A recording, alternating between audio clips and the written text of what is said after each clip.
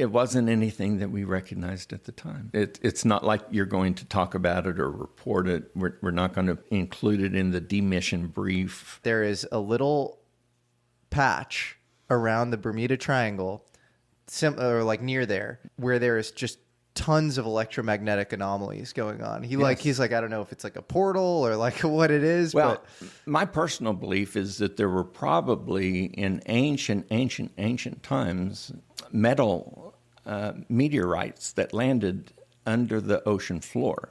And as we fly over them, you can watch your compasses go crazy, and then you fly 2 or 3 more miles and they settle down and you go right back to normal. So there are times that, especially with our pilots who know how to fly by instrument flight rules, they would just forget the normal navigation, continue on their path because they knew when they got to the other side of the deformation area that they could trust their instruments again.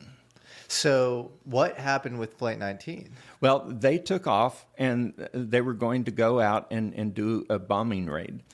Well, the lead pilot got disoriented. You know, like I said, I talked to some of the guys that were in flight ops on that day, and they were laughing and said the lead flight pilot was arguing with his other guys because they were saying, we're traveling east. And he said, no, we've got to be in and around the islands near South Florida. And they said, no, these islands are the Bahamas. And there were arguments about whether or not some of the crews would break off and say, this guy's going to kill us. And so these guys were listening on the radio to all of these Navy pilots arguing amongst themselves. So finally, one of the guys said that 2 of the airplanes broke off and said, we're heading west because we are totally lost. But he thought they were still over the Gulf of Mexico, and so he continued to fly east. But he was confused. The weather conditions were bad that day. And so there were all sorts of problems. Well, when they lost contact with Flight 19, they had this flying boat, and it had two wings, but it could land on water. Well, they went out a few miles, and they lost contact with them. But there was a visiting ship that registered an in-flight explosion at about the location where the PBY would have been. So because of the confluence of the loss of this flying boat and Flight 19, everybody heard the first big, great story about the Bermuda Triangle from that flight. Wow. And so does anybody know what happened to Flight 19? They just lost contact, they were heading east, and nobody knows? They only have limited amounts of fuel. Yeah. And when you run out of fuel, you're not flying anymore. Right. And it was never found. And it was never found. And then, back on the base, is there speculation that, all these sort of weird electromagnetic anomalies that you mentioned, what do people think caused these things? There were discussion of all of these things, but we had areas that we had marked on our maps that this is an area that you don't want to trust your magnetic compass on. And so we knew to either avoid those areas or account for the effect of the magnetic flaws when you flew over that area. Fascinating. Do you, what I've found just anecdotally is when I meet people inside the government or who've worked at, NASA or the Air Force, you expect them to be less conspiratorial than people on the outside in the civilian world, right? Because they sort of know more. Well, one way or the other. Often it's the inverse, where Yes. they've seen a thing or two. They know that, there's some weird things in our reality, like the, Bermuda Triangle thing you just mentioned. And so that kind of opens them up to a whole host of possibilities. Are there any other things outside of the core experience that we're going to get into in 1992 that you experienced in a sort of government context, Air Force or NASA, that really kind of widened your worldview? Well, there were a couple of just sort of transient events that we all looked at each other and said, what was that?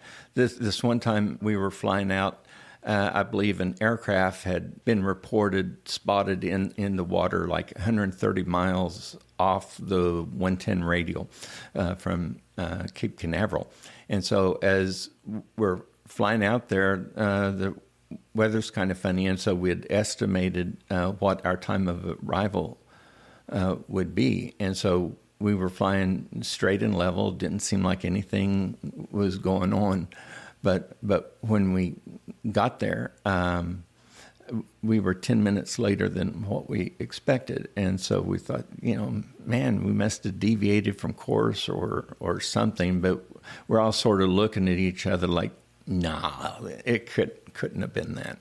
But, it was just one of those weird events. But it's not like you're going to talk about it or report it. We're not going to include it in the demission brief. What do you think caused it?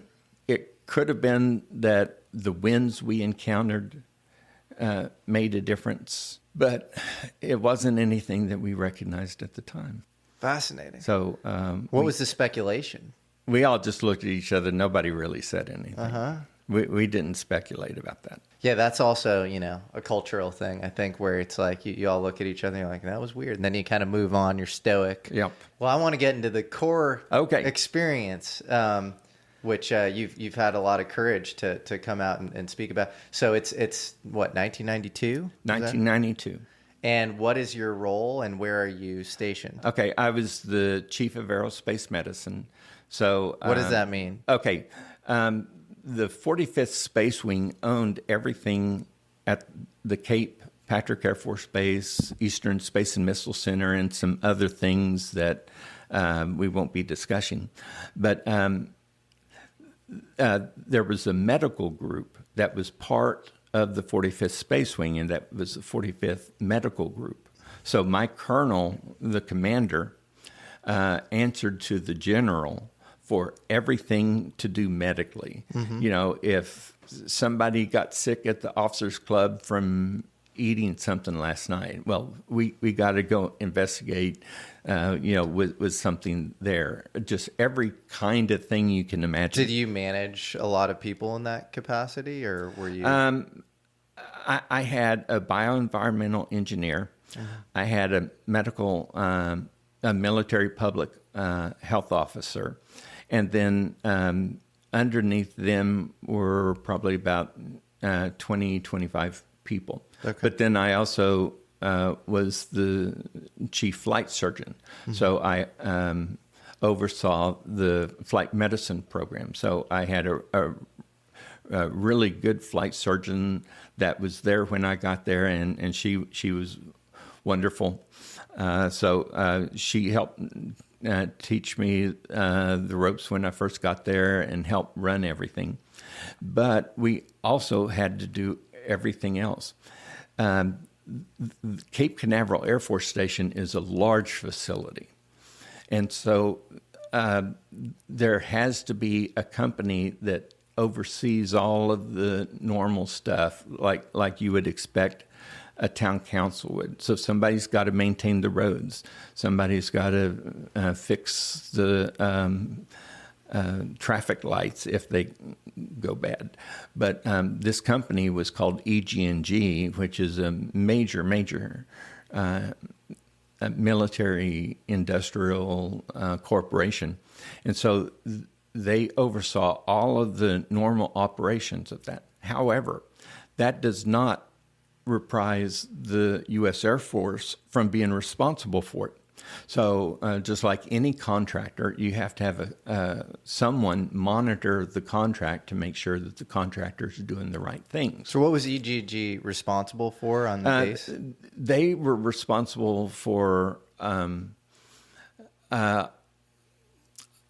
all of the grounds. They maintained the buildings and did all of that kind of stuff. Now then, in this building, they maintained it, but it was leased to Lockheed. This one was leased to Martin Marietta. Now then, the reason I say them separately was that Martin Marietta was separate from Lockheed at the time I was there. Only in 1995 did they ever join to be Lockheed Martin.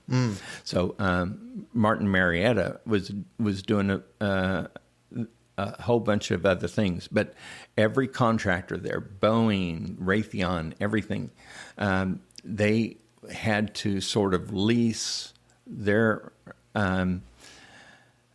housing, their support, everything from EG&G. That's interesting. So EG&G had this like prime contractor position. Yes, on the they base. were the prime contractor for Cape Canaveral.